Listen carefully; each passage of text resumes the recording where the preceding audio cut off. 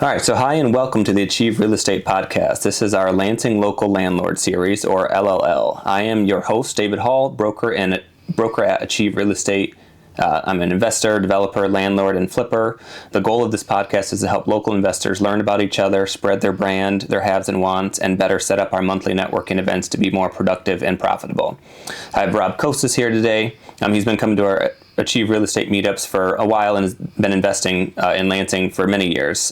He started in 1978 with foreclosures and has been involved with everything from single families to large multifamilies.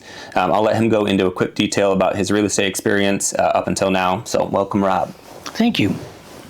So, can you just share real quick what your experience and background is in real estate? Yeah, well, first of all, coming out of college in 1975, from Michigan State, I earned 2 coordinating degrees. One was in psychology, and one was in a social science called James Madison, which are both schools at MSU. And I was bored with school. And one of the first things they have you do there in those days was to go to a placement center and do some interviews. Well, the very first interview I did was a real estate company, just to kind of warm up for the big interview, right? And I really hit it off well with the broker. He was already an investor, and I just communicated well with him. Sometimes in life you find somebody you really hit it off with, that happened. So during the month of May that year of 75, I took the exam for real estate because after this many years of schooling, exams were pretty believable. Easy you at could that point. pass because it was a pass-fail program. And so I did that. So on Saturday in June of 75, graduated. On Monday I started because I already had my license. Well, okay. Now, for the first 3 years of real estate, as most businesses know, that most of real estate is owner-occupied based. About 80% of all the industry is driven by owner-occupied. Well, I became disenfranchised very quick, but I kept the relationship going with the broker. Okay. And at that time, he had a couple agents who were selling the snot out of these foreclosures from HUD. And the contract was coming up. In those days, HUD would give a 3-year contract for somebody to manage their foreclosures. And we got Ingham, Clinton, and Eaton County under management for a 3-year basis. Were you the exclusive broker for those? Okay, for all 3 counties. Back in those days. Wow. So I did everything for them as the HUD rep, from first seeing the properties to actually going to the closing representing HUD. Okay. Although I did not work for HUD, I was going to the closings for them. Okay. All right. Based on that, I began a quick learning curve on this investment business, and I got excited about it because it was more than just selling somebody a house to move into. It was, you could actually make some money with this, and I was excited. So I took that contract for 3 years, and I honored it, and I completed it, and then I passed it off to another agent, as I said, I can make much more money on the other side of the table. Yes. So I began the game of playing them. In those days, the flips weren't as aggressive as they are now, but you could do so many of those deals, and I would know about them ahead of time to quote unquote prepare for what we would call a good deal. Okay. The thing I learned early on, so that in those days, I tell people all the time, a business like this has principles, and those principles never change. I don't care what generation, what time, they stay the same. And I tell people all the time, the techniques change of doing business all the time, but not the principles. What's the principle? Is to make money. There's a real disillusionment for people just to think we're going to acquire houses or acquire what they call doors today. Well, acquiring doors is of no value if you're not making money. We hear that often. So I've always kept in my mind, when I hear somebody's proposal, I respect it, but I ask myself, is there a plan for profit here? I call it a PFP in my mind, a plan for profit. And if I don't see one, I see a person just in a mood to acquire real estate. Okay? So since those early days, every package we looked at, every house, multi-unit, whatever it was, and HUD also has multi-units they sell, is how do we make money with it? Yeah. It all stems from this goal is to make money with real estate. So from my early days in 78, when I took on the contract for HUD, first 2 years were pretty much a learning curve to learn. And after that, starting in the 80s, I began to do this. And I totally left the owner-occupied end of the business because it just wasn't me. Yeah. Yeah. So that began that, and I stayed with that company through those first 3 years, and also the second 3 under a different manager, only because I wanted to make sure I stayed close to the good deals. Because in those days, the foreclosure business was very tight. You didn't have what you have today. It's much more sophisticated. Again, the techniques have changed. So many of the homes were. And during difficult periods, you could run up 150, 200 houses in the area. And today we don't see that. Yeah. But still there's a certain amount of foreclosures. More importantly, today you have access to the data of properties coming that will soon be or might be foreclosures quicker than you ever did back then. So back then, did you not know about foreclosure until it was already done? Well, no, you would chase the papers. Everything by law has to be in a legal newspaper of some sort. And those days, for example, the VA houses. VA was always done in Detroit Free Press, so you had to run around town and make sure on a Sunday that you got the Free Press to see the new VA repos. Okay. They were at a box ad in the paper. Lansing State Journal did handle the HUD foreclosures, but VA, of course, was in Detroit News. So I remember driving around trying to find the right Detroit paper to make sure I could get those. But that's where, where it started, that the properties were in foreclosure. Now today, because of things like Detroit Legal News, which is a source that handles a lot of the foreclosure notices, you can find them the moment the person is in financial difficulty. Yeah, like when they hit 3 months. They'll start advertising them. And when they advertise them, there's a real aggressive market today of people who chase down those people and say, hey, we see you're in trouble. Can we work something out that works good for everybody? Okay. All right. Yeah, that's fascinating. So what are you working on today in real estate? Okay, I'm back into the market. I'm semi-retired. I haven't listed a house in 30 years. So I'm not on the seller side. I'm always on the buyer side. Yeah. And I'm either pooling money with groups of people who want to buy certain homes. There's a whole group of investors who really don't want to get hands-on, but they like real estate. And they want to know that they can drive by and see a property that they're quote unquote a partner with or some joint venture with. Yet they want their yield.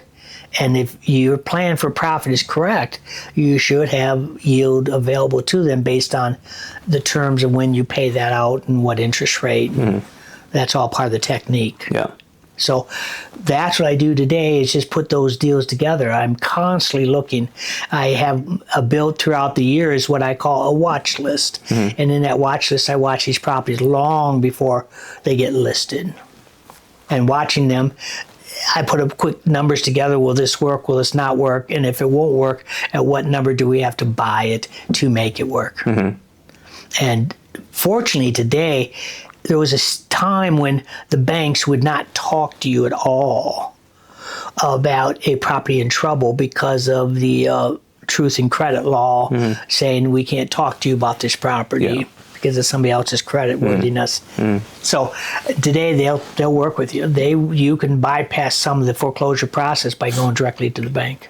Some banks will work with you. Yeah, some banks will, and some absolutely won't. So yes, so you get to know who, what, where, when, how, and work with them. So if I see one that works, I have two choices. As a broker, real estate broker, I can broker it, or B, I can put a package together with somebody and act as the representative of the actual buying group.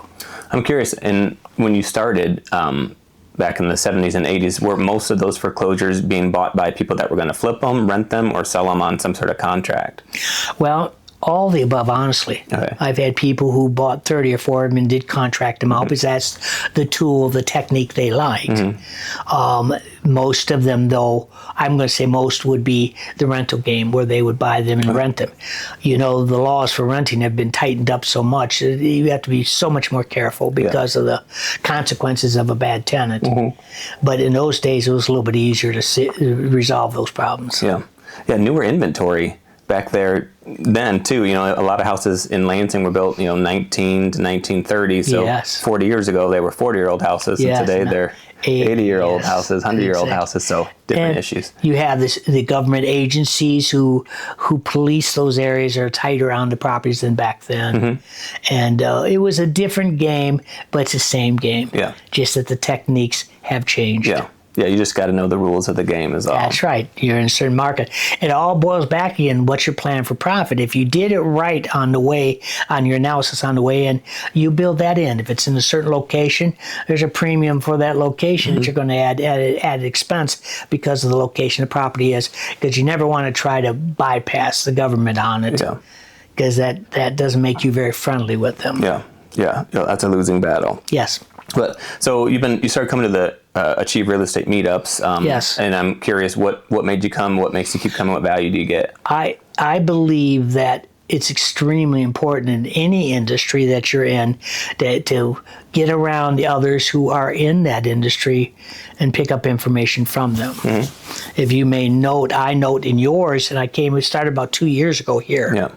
When you were on the west side of town doing business, there's a lot of beginners who show up here. Yeah. You can see them come in and they're hungry. They want some real estate knowledge. We both know as a naivete, they think they're going to come in and this will be easy. Well, there's a little bit more complication than that. Yeah. So that's why they need an agent who specializes and relates to them properly. That says, that's a good, they'll come with an address and they'll say, well, 123 Main Street is an example. And all of a sudden, you kind of help them understand it doesn't really seem to fit. Yeah. Your plan for profit on this. And sometimes you have to let them down a little easy because they might have quite fallen in love with the property and say, we're not marrying this house. We're trying to make money with it. Yeah.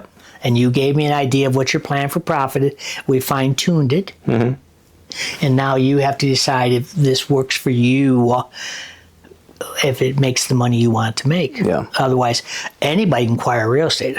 I believe you can help a person get into 50, 60 doors in a 6-month period. But what happens if they're going downhill with it all the way? Yeah.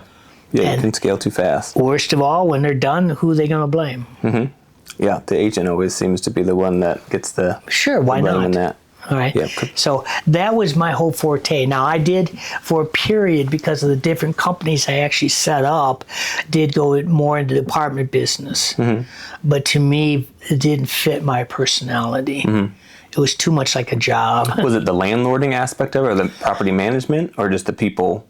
The license law of the broker was always an omen on me. Okay. So if somebody, even when your employees did something wrong, they're still going to send the investigation notice out to you. To the broker, yeah. I'll be honest, I don't think the state of Michigan polices that as much as they used to back then. Because we used to get more notices of something going wrong with something in the management end. And it always went to the broker. And I may have had nothing to do with the transition of where it got to. Yeah. And then I go, God, I better pay closer attention to this. Yeah, yeah. Hey, you're in trouble for this. Yeah. But I didn't do it. Yeah, I didn't do it, but they don't care. You're the licensed broker. So today, I think management has got some very good people who head you off at the pass before. I always say this word, get it before it's a molehill, before it becomes a mountain. Yeah. And if you do that, you'll have a great relationship with everybody. But if you stall that out and you don't do anything about it, that molehill grows. Yeah. You know, example I always use is you have a three-story multi, and the top unit, the toilet starts leaking. Well, you know water's going to eventually drop to the second, drop down to the third, first, and now you got 3 things to do. Yeah. So get it while it's still a leaky area. Yeah. And that's tough when you're starting. You know, like a running toilet might cost you $100 to have a plumber do it, but it only costs you $1 a month. But over the course of 3 years, it could get worse. Rotting wood and all that stuff, and you get it while it's a molehill. And that's part of the challenge with people is your plan for profit's your decision. How much you and I both have seen landlords. You wonder what were they thinking. And you may have even bought some of their buildings. But you have to put in your plan for profit how much repair you have to make up for with deferred maintenance like that. And that's some people's strategy. There's different strategies or plans for profit. You bet. Some people run it into the ground and sell it off. Some people over improve things, hoping for appreciation and forfeiting their cash flow. So we're working on one right now that's been put off way too long, and there's some foundation issues, and yet the owners owned it free and clear for probably 15 years. So he collected rent for all that time. I don't think he cares. So we have to solve the problem, but I have to prepare the investor group to buy it with a problem to be solved. I can't just say, let's dress this. No, we may make it look nice, but the floors are telling that there's a problem here underneath. All right. In all your years, what's a big lesson that you've learned that you could share? Two things. Again, I already mentioned a plan for profit. I mean, you have to have that. And if I don't know what your plan is, if you're just coming in to buy real estate as a monopoly board, I probably will avoid doing a lot of work with you. I want to help you build something that pretend on you've got kids, college education, you're an older couple, you just want to do some flips. That's all part of your plan. Know what it is that helps us set the dedicated price you have to buy, because you and I both know real estate profit is made on the way in. You have to buy it right first. Okay? Second thing is, I'll be very honest, in my opinion, you have to watch out for what I call quitters. These are people who will get into something in all walks of life. They'll get in and finally they get tired of playing that game, whatever it is, and they leave everybody else holding the bag. Well, if you are part of an operating partnership and 2/3 of your partnership dies out on you because they just gave up on doing their part. Because sometimes in a partnership, there'll be partners who will do some of the work. But if you know that they're going to quit, or you get that sense, be very careful with that, because they stall everything else you're doing. So quitters and plan for profit. Do you have any tips on trying to prevent bad partnerships like that? Like any questions that you ask up front, or a certain amount of time that you form a relationship before jumping into a partnership? It almost sounds like you're asking dating advice. Because you don't know. How long do you date before you...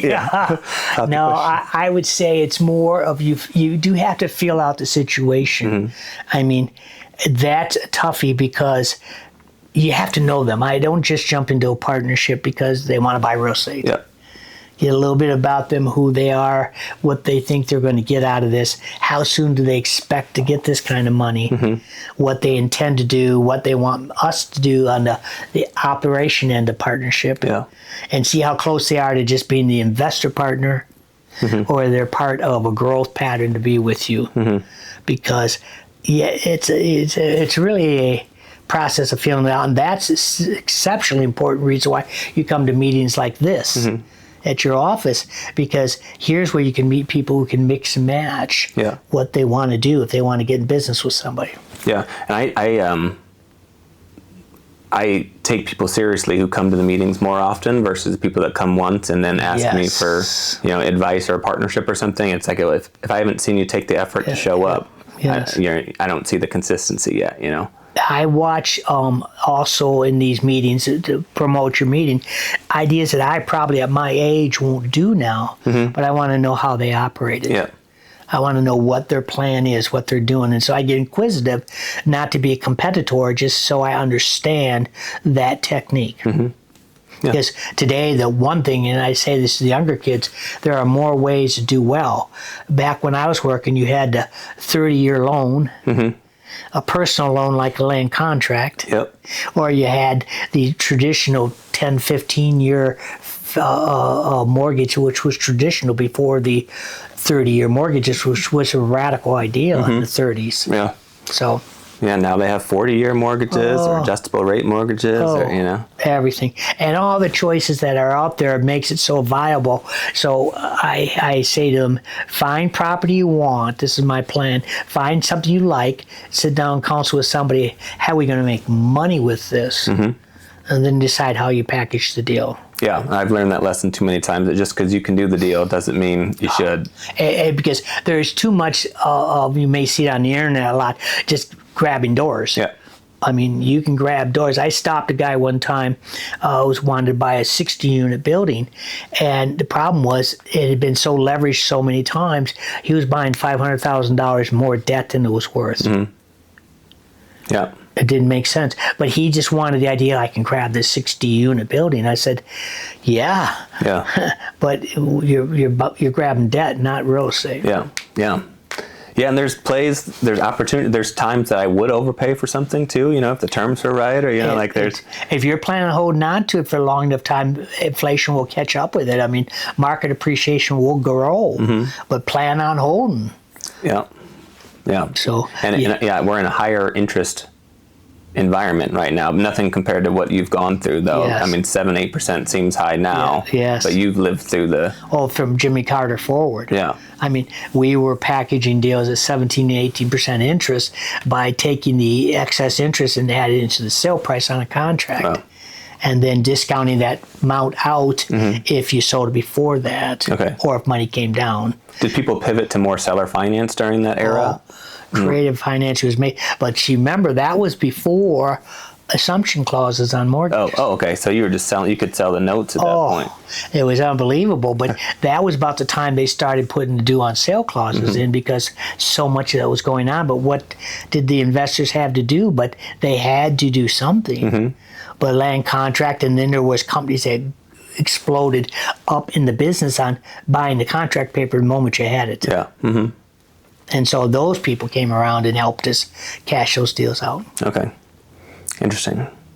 So since this is a local podcast, is there any local referrals that you would share? Anything from a contractor to a title company, insurance agent, anybody that could help an up-and-coming investor? I would say pick 3 of anything.